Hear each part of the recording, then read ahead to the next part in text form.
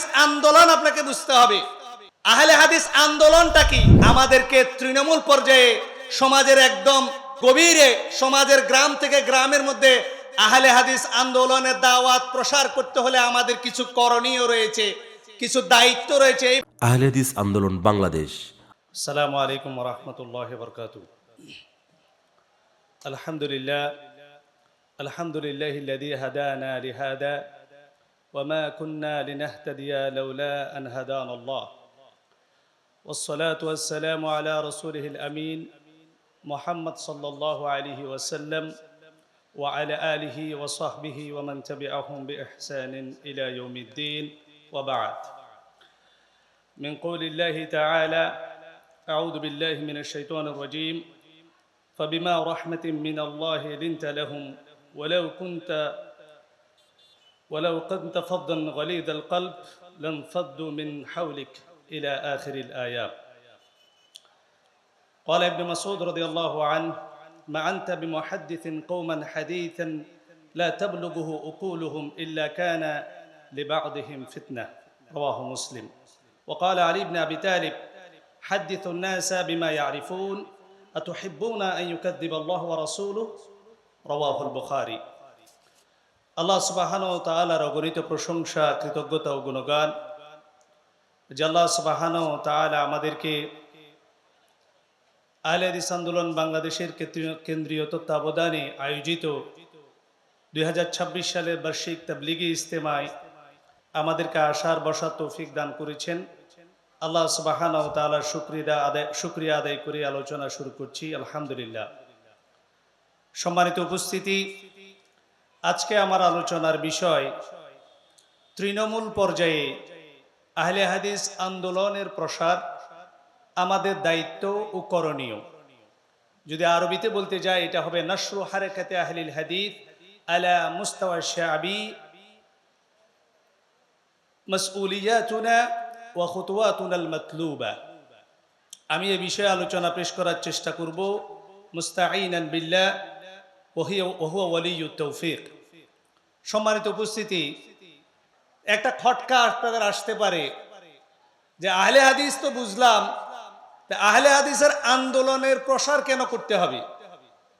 কারণ সমস্যা হচ্ছে, বিশেষ করে আমরা যারা চট্টগ্রাম থেকে আসছি, কক্সবাজার থেকে আসছি, আমাদের মধ্যে অনেক ভাইকে দেখা যায়, যদি কেউ বুকের উপর হাত বাঁধে তাকে আমরা কি বলি? এই আহলে হাদিস। আমিন জুড়ে বললে আহলে হাদিস, পায়ের সাথে পা মিলাইলে আহলে হাদিস। আহলে হাদিস এর আমল এটা ঠিক আছে, আহলে হাদিসরা সহি আমল করে সেটা ঠিক আছে, কিন্তু আমরা জানি আহলে হাদিসদের মধ্যে অনেকগুলা আমরা মত পার্থক্য করতে পারি। যেমন উত্তরবঙ্গে যখন আমরা আসি, তখন আমরা কিছু আহলে হাদিসদের নামকরণ করি বংশীয় আহলে হাদিস। আবার আরেকটু যদি এক্সপ্লেন করতে যাই, প্রচলিত রাজনৈতিক দলের আহলে হাদিসও আছে, যেমন আওয়ামী লীগ আহলে হাদিস, বিএনপি আহলে হাদিস, জামাত আহলে হাদিস, নাস্তিক আহলে হাদিসও আছে। কিছুদিন আগে নির্বাচনের মধ্যে আমরা ডাউট হয়ে গিয়েছিলাম, আহলে হাদিস আন্দোলনের দায়িত্বশীল, বাংলাদেশ আহলে হাদিস যুব সংঘের দায়িত্বশীল, আহলে হাদিস পেশাজীবী ফোরামের দায়িত্বশীল, কিন্তু ওনার স্ট্যাটাস দেখে মনে হয় উনি আহলে হাদিস আন্দোলন করেন না। এজন্য আহলে হাদিস আন্দোলন আপনাকে বুঝতে হবে। আহলে হাদিস আন্দোলনটা কি? আহলে হাদিসটা আমরা বুঝি, কিন্তু আহলে হাদিস আন্দোলনটা বুঝতে হবে। এটা একটা হারাকা, একটা মুভমেন্ট, তরিকা। এটাকে কোনো ফিরকা মনে করি না। আহলে হাদিস আন্দোলন যদি বলেন, আবার অনেকে মনে করেন 1994 সালের 23 সেপ্টেম্বর ডক্টর আসাদুল্লাহ আল গালিব হাফিজাহুল্লাহর সভাপতিত্বে যে সংগঠন প্রতিষ্ঠিত হয়েছে, এটার নাম হচ্ছে আহলে হাদিস আন্দোলন। অন্য কোনো কি জিনিস আহলে হাদিস আন্দোলন নয়। এটা এতেকাদীভাবে, বিশ্বাসগতভাবে এই বক্তব্যটা আমাদের নয়। আপনি যদি আহলে হাদিস আন্দোলন কি ও কেন প্রফেসর ডক্টর আসাদুল্লাহ আল গালিব হাফিজাহুল্লাহর বইটা পড়েন, ওখানে সুস্পষ্টভাবে লেখা আছে হারাকাতু আহলিল হাদিস মাহিয়া, আহলে হাদিস আন্দোলন কি?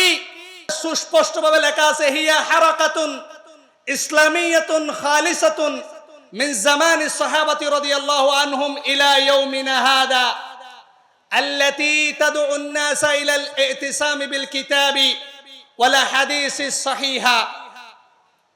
মানুষকে পবিত্র কোরআন ও সহিহ হাদিসের আলোকে নির্ভেজাল তাওহীদ ও সহিহ সুন্নাহর বুঝের মর্মমূলে জমায়েত করার জন্য, ইস্তেকামত করার জন্য সাহাবায়ে কেরামের যুগ থেকে চলে আসা যুগ যুগ ধরে একটা নির্ভেজাল ইসলামী আন্দোলনের নাম বলেন সুবহানাল্লাহ।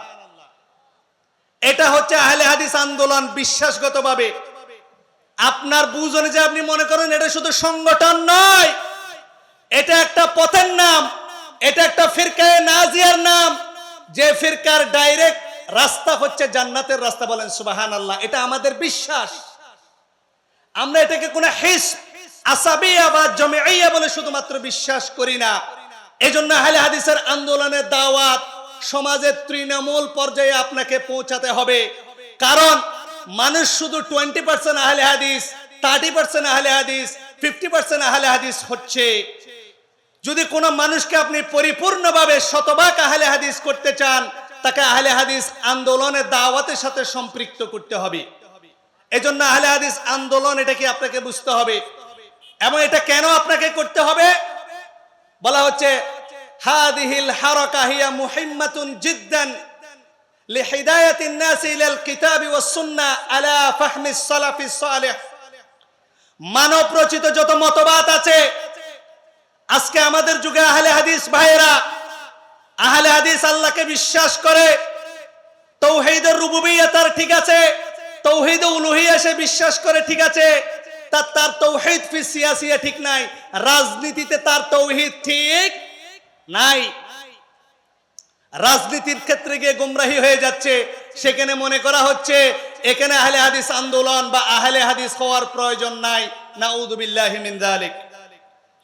এজন্য মানব রচিত যত মতবাদ আছে, যত ইজম আছে, কমিউনিজম, সোশিয়ালিজম, ন্যাশনালিজম, যত মন্ত্র আছে, তন্ত্র আছে, গণতন্ত্র, সমাজতন্ত্র, যত বাদ আছে, যত মতবাদ আছে, যত মাযহাব আছে, যত তরিকা আছে, এর মধ্যে যারা আবিষ্কৃত হয়ে গেছে তাদেরকে আল্লাহ প্রদত্ত এবং রাসূলুল্লাহ সাল্লাল্লাহু আলাইহি ওয়াসাল্লাম প্রদর্শিত অভ্রান্ত সত্যের পথে পরিচালিত করার জন্য আহলে হাদিসের আন্দোলনের দাওয়াত কিয়ামত পর্যন্ত প্রয়োজন রয়েছে বলেন সুবহানাল্লাহ। এজন্য সম্মানিত ভাইয়েরা, যারা তৃণমূল পর্যায় থেকে একদম গ্রামাঞ্চল থেকে অত্যন্ত কষ্ট করে এসেছেন, আমাদেরকে তৃণমূল পর্যায়ে সমাজের একদম গভীরে, সমাজের গ্রাম থেকে গ্রামের মধ্যে আহলে হাদিস আন্দোলনের দাওয়াত প্রসার করতে হলে আমাদের কিছু করণীয় রয়েছে, কিছু দায়িত্ব রয়েছে। এই বিষয়টা আলোচনা করে আমি আমার আলোচনার শেষ দিকে চলে যাব ইনশাআল্লাহ। প্রথম বিষয় হচ্ছে, দাওয়াতি কাজ করতে গেলে আপনাকে নিজেকে আগে ইস্তেকামত থাকতে হবে। আপনার দাওয়াতের প্রথম উসুল কি হবে? 1 নম্বর উসুল হবে তাবলীগুত তাওহীদ ওয়া ইজতিনাবুশ শিরক। আপনাকে দাওয়াত দিতে হবে তাওহীদের। আপনাকে দাওয়াত দিতে হবে কিসের? আমাদের অনেক ভাই বলেন যে আপনারা খালি তৌহিদ তৌহিদ করেন কা, তৌহিদ তো বহুত করলেন, এবার ইকামতে দ্বীনের কাজ করেন, রাষ্ট্রীয় জায়গায় রাষ্ট্রীয়ভাবে ক্ষমতা কায়েম করার কাজ করেন। রাষ্ট্রীয়ভাবে ক্ষমতা কায়েম করতে গিয়ে বিগত নির্বাচনে কি হয়েছে সেটা আমরা দেখেছি। আমার বাড়ি রাঙ্গুনিয়া, চট্টগ্রাম। আমার বাবা একটা ইসলামী রাজনীতির থেকে সম্পৃক্ত। আমার বাবা আমাকে বলেছে, তুমি যত ভালো মানুষ হও না কেন, রাঙ্গুনিয়াতে যদি তোমাকেও আমি দাঁড় করিয়ে দিই, যদি টাকা দেয়া না হয়, তোমার এজেন্টও তোমাকে ভোট দেবে না। এটা পৃথিবীর বাস্তবতা, বাংলাদেশের বাস্তবতা। আজকে যদি এই রাজশাহীর নওদাপাড়াতে মোহতারাম ডক্টর আসাদুল্লাহ গালিব হাফিজুল্লাহকে যদি এমপি হিসেবে দাঁড় করিয়ে দেন এবং তার এজেন্ট হিসেবে যাদেরকে নিয়োগ করা হবে, ফুলুস না দিলে, টাকা না দিলে এরাও ভোট দেবে না। এটা হচ্ছে বাংলাদেশের বাস্তবতা। সেখানে আমাদের দেশের কিছু ভাই মনে করেন যে কোনো ভাবে আপনি ক্ষমতায় যাওয়ার জন্য গণতান্ত্রিক পথ, যে কোনো হারাম পথ আপনি ব্যবহার করবেন। তাওহীদ থেকে তারা স্কিপ করে তারা নিজস্ব একটা তরিকা তৈরি করে নিয়েছেন।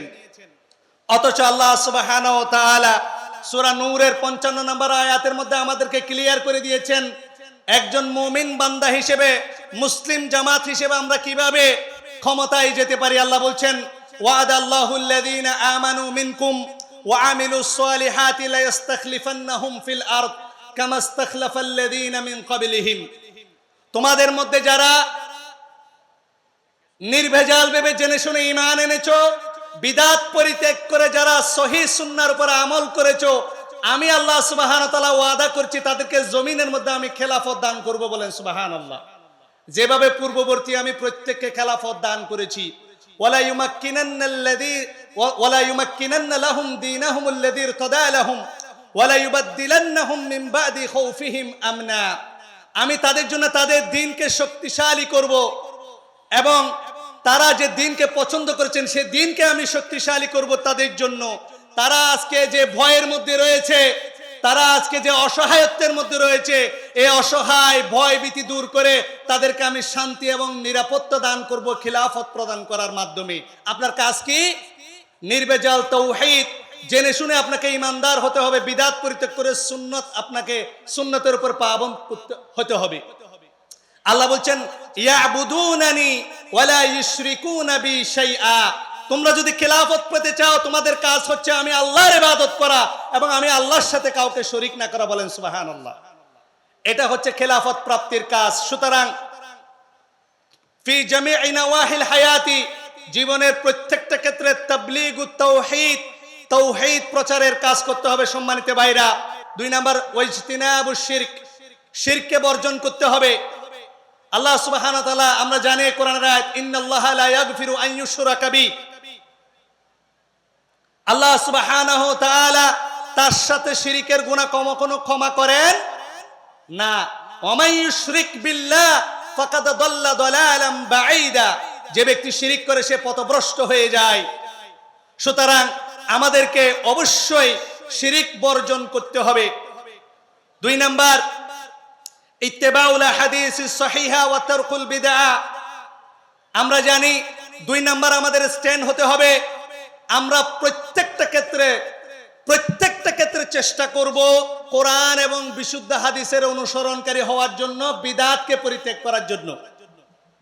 আপনি দেখবেন সালাতের ক্ষেত্রে গিয়ে আমাদের ভাইয়েরা সহিহ জয়ীফ খুঁজে। সালাতের ক্ষেত্রে কি খুঁজে? সহিহ জয়ীফ। হাত কোথায় বাঁধবেন এটা সহিহ কিনা, ফিতরা কতটুকু দেবেন এটা সহিহ কিনা, রফুল ইদান করবেন কি করবেন না সহিহ কিনা, ভোট দেবেন কিনা, এই জায়গায় সহিহ জয়ীফ নাই। তখন বলে মন্দের ভালো। তখন কি বলে? আর সহিহও নাই, জয়ীফও নাই, জালও নাই, বলে মন্দের ভালো। চোর আর ডাকাত, চোর আর কি বলে? চোর ভালো না ডাকাত ভালো? চোর তেল মেখে ঘরের মধ্যে প্রবেশ করে, চোর সম্পদ চুরি করে, ধরা যদি খেয়ে যায় নিজেকে বাঁচানোর জন্য শরীরে তেল মাখে, সে কাউকে ক্ষতি করে না, এর নাম চোর। আর ডাকাত হচ্ছে গিয়ে আগে আপনারে বাঁধি ফেলবে, ধামা দিয়ে কয়েকটা কোপ দিবে, এরপর সম্পদ নিবে, এটার নাম হচ্ছে ডাকাত। আমাদেরকে বলা হচ্ছে চোর ভালো না ডাকাত ভালো। এবার আপনারাই বলেন চোর ভালো না ডাকাত ভালো? আসলে চোর ভালো না, মারবে না, সম্পদ নিয়ে যাবে। এই হচ্ছে আমাদের অবস্থা। এখন আর সহিহ জয়ীফ নাই, এখন হচ্ছে মন্দের ভালো। সুতরাং আমাদেরকে অবশ্যই প্রত্যেকটা ক্ষেত্রে কোরআন হাদিসের দলিল খুঁজতে হবে, সর্বক্ষেত্রে বিদআতকে বর্জন করতে হবে। এই গণতন্ত্র, রাজনীতির ক্ষেত্রে বিদআত, বিদউন মিন সিয়াসা, বিদউন ফি সিয়াসা। আমরা জানি বিদউন ফিল আকাইদ, আকীদার ক্ষেত্রে বিদআত আমরা জানি, বিদউন ফিল ইবাদাত, ইবাদতের ক্ষেত্রে বিদআত আমরা জানি। কিন্তু রাজনীতির ক্ষেত্রে বিদআত, রাজনীতির ক্ষেত্রে শিরক করি, সেটা আমরা জানি। আপনি সহিভাবে আমল করার পরেও প্রচলিত রাজনীতিতে আপনি যাওয়ার কারণে আপনি মুশরিক হয়ে যেতে পারেন। ইমাম মুহাম্মদ ইবনে আব্দুল ওয়াহাব তার উসুলুস সালাসা, 3টি মূলনীতির মধ্যে বলছেন আত-তাওয়াগীতু কাসীরা। আল্লাহ সুবহানাহু ওয়া তাআলা কোরআনের মধ্যে যে বলছেন, ওয়ালাকাদ বাআসনা ফি কুল্লি উম্মাতির রাসূলান আন ইবুদুল্লাহা ওয়াজতানিবুত তাগুত। আমি এই বলে প্রত্যেক উম্মতের কাছে রসুল পাঠিয়েছি, তোমরা আল্লাহর ইবাদত করবে, সমস্ত তাগুতকে বর্জন করবে, সমস্ত তাগুতকে বর্জন করবে। আল্লাহ সুবহানাহু ওয়া তাআলা সূরা নিসার 61 নম্বর আয়াতের মধ্যে বলছেন, তুমি কি তাদেরকে দেখেছো যারা বলে আমরা বিশ্বাস করি মুহাম্মদ সাল্লাল্লাহু আলাইহি সাল্লামের উপরে যা নাজিল হয়েছে তার আগেও যা নাজিল হয়েছে, অথচ তারা তাগুতের কাছে গিয়ে বিচার প্রার্থী হয়। ওয়াকাদ উমিরু আইয়াকফুরু বিহ, অথচ তাগুতের সাথে কুফরি করতে বলা হয়েছে। ইমাম মুহাম্মদ ইবনে আব্দুল ওয়াহাব বলছেন, আত-তাওয়াগিতু কাসীরা, তাগুত অনেক, তার মধ্যে এক নম্বর তাগুত হচ্ছে মান হাকামা বিগাইরি মা আনজালাল্লাহ, আল্লাহ সুবহানাহু ওয়া তাআলা যে ওহী নাজিল করেছেন তার বিপরীতে গিয়ে যারা আইন রচনা করে তারা হচ্ছে তাগুত। সুতরাং আমাদেরকে অবশ্যই এই মানব রচিত তাগুত বর্জন করতে হবে। সম্মানিত উপস্থিতি, 3 নম্বর বিষয়, আহলে হাদিসের আন্দোলনের দাওয়াত যদি আপনি তৃণমূল পর্যায়ে পৌঁছাতে চান, 3 নম্বর আপনাকে যে কৌশল অবলম্বন করতে হবে সেটা হচ্ছে দাওয়াতু বিল হিকমা। আপনাকে হিকমত এবং প্রজ্ঞার সাথে দাওয়াত দিতে হবে। আমাদের সমাজে আমাদের ভাইরা রয়েছেন, তারা দাওয়াত দানের ক্ষেত্রে এক্সট্রিম হয়ে যান, চরমপন্থী হয়ে যান, বাড়াবাড়ি করেন, আলেমদের সাথে তর্ক বিতর্ক করেন, মুজাদালা করেন। এটা করা যাবে না। আল্লাহ রাসূল সাল্লাল্লাহু আলাইহি ওয়াসাল্লাম বলেছেন, মান তালাবাল ইলমা লিইউজারিয়া বিহিল উলামা ওয়া ইউমারিয়া বিহিস সুফাহা আও ইয়াসরাফা বিহি উজুহান নাস ইলাইহি আদখালাহুল্লাহুন নার। যে ব্যক্তি ইলম অর্জন করে আলেমদের সাথে তর্ক বিতর্ক করার জন্য, বেকুব মানুষ, মূর্খ মানুষের সাথে বাড়াবাড়ি করার জন্য, মানুষকে নিজের দিকে আকৃষ্ট করার জন্য আল্লাহ সুবহানাহু ওয়া তাআলা ইলমের কারণে তাকে জাহান্নামে নিয়ে যাবে। এজন্য আমাদেরকে হিকমত এবং প্রজ্ঞার সাথে দাওয়াত দিতে হবে। 4 নম্বর হচ্ছে আল মুখাতাবাতুন নাস আলা কদরি উকুলিহিম ওয়া হাসাবি মাকামিহিম। হাদিসের ভাষায় যদি বলি, তাহদিসুন নাস বিমা ইয়ারিফুন, মানুষ যে কথাগুলা বুঝে, মানুষের জ্ঞান এবং পরিবেশ অনুযায়ী দাওয়াত দেওয়া। আরবিতে একটা প্রবাদ আছে, লিকুল্লি মাকামিন মাকাল, প্রত্যেক পরিবেশের জন্য কথা বলার উপযুক্ত বাক্য রয়েছে। আপনাকে পরিবেশ বুঝে কথা বলতে হবে, সহজ করতে হবে, কঠিন করা যাবে না। আমাদের অনেক ওলামা একরাম রয়েছেন, এমন এমন ফতোয়ার বিষয় সাধারণ মুসলমানের সামনে নিয়ে আসেন, মুসলমানরা কনফিউজড হয়ে যায়। আমরা 2014 সালে একজন বক্তাকে চট্টগ্রামে নিয়ে গিয়েছিলাম, মাজার অধ্যুষিত এলাকায়। তিনি বক্তব্য শুরু করেছিলেন এভাবে যে অধিকাংশ মানুষের আকীদা হচ্ছে আল্লাহর হাত নাই, পা নাই, আর আমাদের আকীদা হচ্ছে আল্লাহর হাত আছে, পা আছে। বলেন সুবহানাল্লাহ। এবার আমার আম্মা বলতেছে, কি মৌলবী নিয়ে আসছো? আল্লাহর বলে ঠ্যাঙ্গা আছে, হাত আছে। কথাটা উনি ক্লিয়ার করে নাই, বিষয়টা ক্লিয়ার হয়নি, বিস্তারিতভাবে আলোচনা হয়নি, কনফিউজিং বক্তব্য। এবার আল্লাহ আরশের উপর উঠেছেন, এই উঠেছেন নিয়ে এবার গেঞ্জাম মারামারি। সেজন্য এমন বিষয় সহজভাবে আপনাকে দাওয়াতি কাজ করতে হবে। আল্লাহ রাসূল সাল্লাল্লাহু আলাইহি ওয়াসাল্লাম বলেছেন, ইয়াসসিরু ওয়ালা তুআসসিরু, সহজ করো, কঠিন করিও না। ইবনে মাসউদ রাদিয়াল্লাহু তাআলা আনহুর হাদিস সহিহ মুসলিমে এসেছে, মুকাদ্দামার মধ্যে আলোচনার শুরুতে আমি বলেছি, ইবনে মাসউদ রাদিয়াল্লাহু তাআলা বলেছেন, মা আনতা বিমুহাদ্দিসিন কওমান হাদিসান লা তাবলুগুহু উকুলুহুম ইল্লা কানা লিবাদিহিম ফিতনা। আপনি এমন কোন হাদিস মানুষের সামনে বর্ণনা করেছেন যেটা তাদের আকল, বিবেক এবং জ্ঞানের সীমানার বাইরে, তার জ্ঞানে এটা কুলায় আসে না, সেটা বুঝতে পারে না, কঠিন। ইবনে মাসউদ বলছেন, ইল্লা কানা লিবাদিহিম ফিতনা, আপনার এই হাদিস বর্ণনা তাদের মধ্যে অনেকের জন্য ফিতনার কারণ হবে, পথভ্রষ্টতার কারণ হবে। আলী রাদিয়াল্লাহু তাআলা আনহু বলছেন, সহিহ বুখারীতে এসেছেন, হাদ্দিসুন নাস বিমা ইয়ারিফুন, মানুষ যেটা সহজভাবে বুঝে সেভাবে আলোচনা করো। আতুহিব্বুনা আন ইউকাদ্দিবাল্লাহু ওয়া রাসূলু, তুমি কি চাও, তুমি কি ভালোবাসো আল্লাহ এবং রাসূল সম্পর্কে, আল্লাহ এবং রাসূলকে মিথ্যা প্রতিপন্ন করা হোক, আল্লাহ এবং রাসূল সম্পর্কে মানুষ ভুল জানুক, এটাকে তুমি চাও? ইমাম গাজ্জালী রাহিমাহুল্লাহ তার ইহইয়া সুনানের মধ্যে বলছেন, কুল্লু মান দাররা যিকরুহু ওয়া ইন কানা সিদকান ফালা ইয়াজুজু যিকরুহু লিআম্মাতিন নাস। কোন আলোচনার বিষয় যদি মানুষের ক্ষতির কারণ হয়, এটা যদি সত্যও হয়, সাধারণ মানুষের সামনে এটা বর্ণনা করা নিষেধ। সুতরাং সহজভাবে আমাদেরকে দাওয়াত দিতে হবে, কঠিন বিষয় সাধারণ মানুষের সামনে উপস্থাপন করা যাবে না। 5 নম্বর বিষয় হচ্ছে মাকারিমুল আখলাকি দাইয়া ওয়া রিফিকু ফিদ দাওয়া। যারা দাওয়াত দিবেন তাদের চারিত্রিক মাধুর্যতা থাকতে হবে এবং তাদেরকে নম্র ভদ্র হতে হবে। আমরা অনেক সময় দাওয়াত দিতে গিয়ে অ্যাগ্রেসিভ হয়ে যাই, মাথা গরম করে ফেলি। আল্লাহ সুবহানাহু ওয়া তাআলা বলছেন ওয়া খালিকিন নাসা বিখুলুকিন হাসান, উত্তম ভাবে মানুষকে দাওয়াত দিতে হবে। আল্লাহ রাসূল সাল্লাল্লাহু আলাইহি ওয়াসাল্লাম বলছেন ইন্না মিন খিয়ারিকুম আহসানাকুম আখলাকা, তোমাদের মধ্যে সেই সবচেয়ে উত্তম যে সুন্দরভাবে উত্তম চরিত্রের অধিকারী। আল্লাহ বলছেন ইদফা বিল্লাতি হিয়া আহসান, তুমি মন্দকে ভালো দ্বারা প্রতিহত করো, সুন্দরভাবে দাওয়াত দাও। ফাইদাল্লাযী বাইনাকা ওয়া বাইনাহু আদাওয়াতুন কাআন্নাহু ওয়ালিয়ুন হামীম, সুতরাং যে তোমার শত্রু সে তোমার পরম বন্ধু হয়ে যাবে। ষষ্ঠ হচ্ছে আদ-দাওয়াতুল আমালিয়া, আমল করে দাওয়াত দিবেন। আমাদের মধ্যে অনেকে আছেন দাওয়াত দেন কিন্তু নিজের মধ্যে কি নাই, আমল নাই। আল্লাহ রাসূল সাল্লাল্লাহু আলাইহি ওয়াসাল্লামের সাহাবী বলছেন লা ইয়াকুনু রাজুলু আলিমান হাত্তা ইয়াকুনা বিল ইলমি আমিলান, যতক্ষণ পর্যন্ত ব্যক্তি ইলম অনুযায়ী আমল করে না ততক্ষণ পর্যন্ত ওই ব্যক্তি আলেম হতে পারে না। এইজন্য ইলম অনুযায়ী আমাদেরকে আমল করার চেষ্টা করতে হবে। সর্বশেষ ইলম অর্জন করতে হবে, জ্ঞান অনুযায়ী কথা বলতে হবে। ইবনে আব্বাস রাদিয়াল্লাহু তাআলা আনহু বলছেন মান আমিলা বিগাইরি ইলম কানা মা ইফসিদু আকতারা মিম্মা ইউসলিহ, যে ব্যক্তি ইলম ছাড়া আমল করে সে লাভের চেয়ে ক্ষতি করে বেশি। এজন্য আহলে হাদিস আন্দোলনের প্রত্যেক কর্মী দায়িত্বশীলদেরকে বলবো মান উন্নয়ন সিলেবাসের পরীক্ষা দিবেন, পড়াশোনা দিবেন এবং নিজের মান উন্নয়ন করার চেষ্টা করতে হবেন। এটার পাশাপাশি তৃণমূল পর্যায়ে বই ও লিফলেট বিতরণ করা, মানব সেবা, আত্মমানবতার সেবায় এগিয়ে আসা, ত্রাণ কার্যক্রম পরিচালনা করা, আলাউনের মাধ্যমে রক্তদান কর্মসূচি পালন করা, সোনামণির মাধ্যমে বিভিন্ন শিক্ষা প্রতিষ্ঠানের মাধ্যমে কোরআন ও হাদিসের ভিত্তিতে সাংস্কৃতিক প্রতিযোগিতা চালু করা, প্রত্যেক এলাকায় মুত্তাকি ব্যক্তিদেরকে নিয়ে, জ্ঞানী ব্যক্তিদেরকে নিয়ে কোরআন ও সুন্নাহর দাওয়াত প্রসারের জন্য শাখা গঠন করার চেষ্টা আমাদেরকে করতে হবে। আমরা আল্লাহ সুবহানাহু ওয়া তাআলার কাছে দোয়া করি আল্লাহ সুবহানাহু ওয়া তাআলা যাতে আমাদেরকে হকের উপর ইস্তেকামত রাখেন এবং আমাদের মাধ্যমে তৃণমূল পর্যায়ে দাওয়াত পৌঁছানোর মাধ্যমে তাজদীদ মিল্লাত, সমাজ সংস্কারের কাজ যাতে আমরা এগিয়ে নিয়ে যেতে পারি সে তৌফিক আমাদেরকে দান করেন। আমিন। আকুলু কওলি হাদা ওয়া আস্তাগফিরুল্লাহ লি ওয়া লাকুম ফাস্তাগফিরুহু ইন্নাহু হুয়াল গফুরুর রহিম। আসসালামু আলাইকুম ওয়া রাহমাতুল্লাহি ওয়া বারাকাতুহু।